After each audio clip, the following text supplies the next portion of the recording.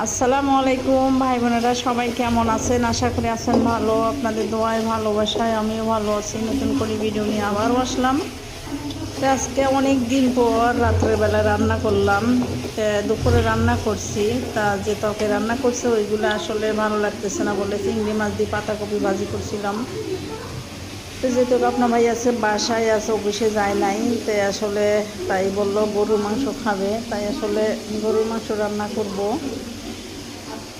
তো এই জন্য আসলে রাত্রেবেলায় রান্নাঘরে আসা।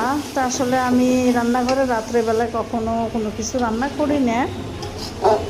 তো আজকে হঠাৎ করে রান্নাঘরে আসলাম। তো ভিডিওটা দেখতে থাকেন, অবশ্যই ভালো লাগবে। আর আজকে আমার বাসায় গ্যাসও ভাই বোনেরা শেষ হয়ে গেছিলো। গ্যাস হঠাৎ করে শেষ হয়ে গেছে, আবার গ্যাস ভরে নিয়ে আসলো। গ্যাসের দামও বেড়ে গেছে আসলে। বুঝতেছি না। আগে গ্যাস আছিল 1100, 1200, 1300 টাকা করিয়ে, এখন আসলে গ্যাসের দাম বেড়ে গেল।